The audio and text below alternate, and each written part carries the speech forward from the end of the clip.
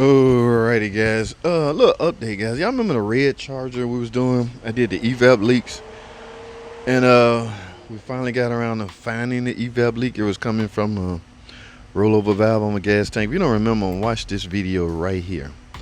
Okay, yes. So we had to wait on a fuel tank. Well, the fuel tank came in, guys. I was not here. I had school that day, so somebody, I guess the customer wanted this car, so somebody took on the daunting task of doing it for me. Well, here we are. Now, let me show y'all. Remember I pulled that hose? I'm gonna show some clips of that. I pulled that hose back and all the smoke was coming out. Well, this is what was found. Okay, somebody obviously, I don't know, guys. Sometimes you can pull, I don't even think they go there. Sometimes you can pull, yeah, this is where my smoke leak was coming from. Sometimes you can pull this off, sometimes you can't, guys. They got glue. They got everything on here. Well, it was still leaking. Now, I got a phone call while I was in school asking me how did I not know the tank or the pump was broken. Yes, turn out the pump was broken. Like, how would I know this until I dropped the tank?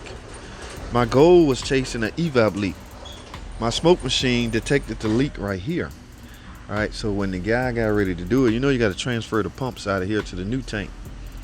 When he got ready to do it, I guess something was broke. I don't know. If he talking about this, you could have reused this.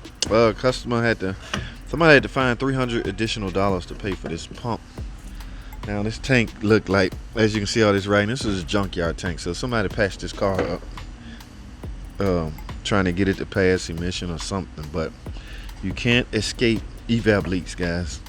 Evap leaks, they do not want fuel vapors escaping into the atmosphere. Okay, those fuel vapors need to be tucked and stored in a charcoal canister until a predetermined time, which the computer dictates on when to burn those vapors. Okay, yes, they eventually going to end up right back in the intake manifold to be burned through the exhaust, and the cat's job is to clean that up.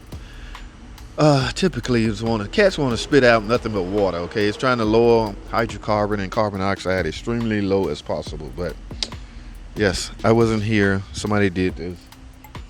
I wanted to do it, but I was in school, so they got it done. Now we are required to cut this tank in half. We can't return this. No such thing as a warranty gas tank. We got to cut it in half and destroy it.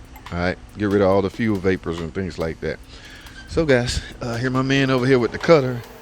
So yeah, we gonna put some money into this thing. They doing brake boosters and everything. He said he found fluid in the booster. Now, what were we talking about earlier? No. You're not supposed to have fluid in the booster. The only way fluid can get in the booster is through the master cylinder, guys. Because remember, a booster is simply to vacuum assist. All right, it's a big old vacuum line going to a vacuum source on the engine. Okay, it's just to assist in braking. Nothing else. It has nothing to do with fluid. The booster, that is. The master cylinder handles all the hydraulic brake functions, but the booster is just merely there to assist in braking. So if you feel down and feel brake fluid on the bottom of a booster or is leaking inside, then yeah, you definitely would need a master cylinder, and at this point as well as a booster. All right, so that's what they just did. I don't know what else they doing. What is it, a V8? Okay, it's Tahoe. This should new motor mounts down there. This should make some new guy happy. Is this their PCM computer? Okay, a little different than what I'm used to, but car. Yeah, Duralast battery. They checking over everything. Our 21-point inspection, I want to say. They pretty much put it over the top.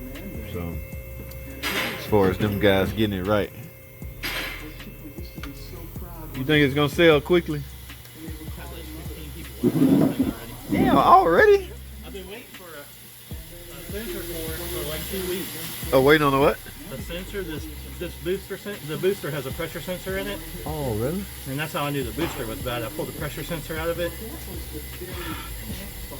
and it poured fluid all over the ground. And I was like, oh, that's not supposed to happen. Oh, that's not normal. That's normal here. It's about 15 people coming by looking at it. They got their eye on it already. They ain't even on the light.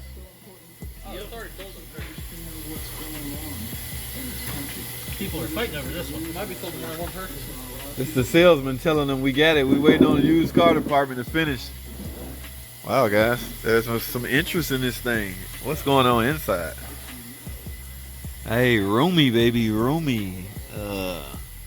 Ooh, sunroof. Okay, I can understand why people would be. Look at that audio system. Nice, nice. How much room we got in the rear?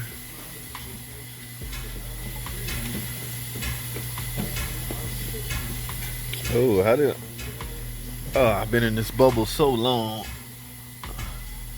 Maybe all electric. No, that's a switch right here. Yeah. Look at that, guys. Automatic. All you do is push the switch. Now, look at all the room back here. See, this is not like Dodge Chrysler. You know, we got stow and go. But the seats will fold up. Yeah, so they got them up now. So it can be a 3-row vehicle, or you can get rid of these and turn it into a huge trunk. So nice roomy Tahoe, guys. So the detail guy's gonna get it. They're gonna make this squeaky clean all this out. He doing the mechanical issues.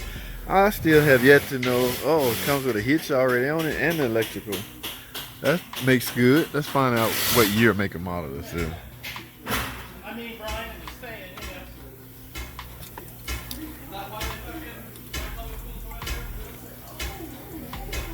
Oh, wow. The 07 Chevy Tahoe. Guys, you know this is 07? Oh, 07? 160? That big a demand for this? You see this dash crack? Yeah, but that's not that big of a deal. That just pops up.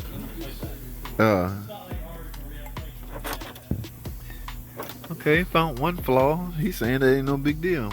He got one on the way. It just pops in and out. So, but yeah, 07. That's such a huge demand for 07 Tahoe. At least 15 people don't walk by. Got their eye on it. So we'll see what happens, guys. Let me go back to the other side. You know, every now and then I gotta come check on these used car boys. Somebody back here doing a Jeep Cherokee.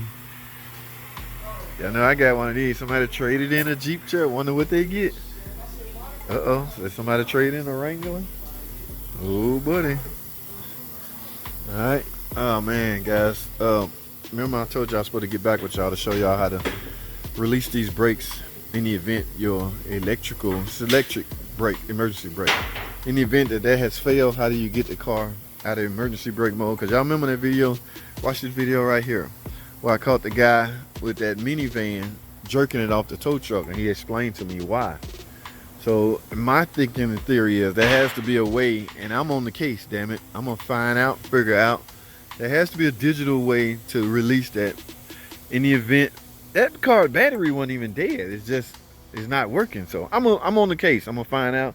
I'm gonna make a video about it, and I'm gonna discuss that with my fellow YouTubers. All right, guys, that's all I have, man. Let me go back on this other side and get some work done. Thanks for watching. Comment, subscribe. I'll see y'all in the next video.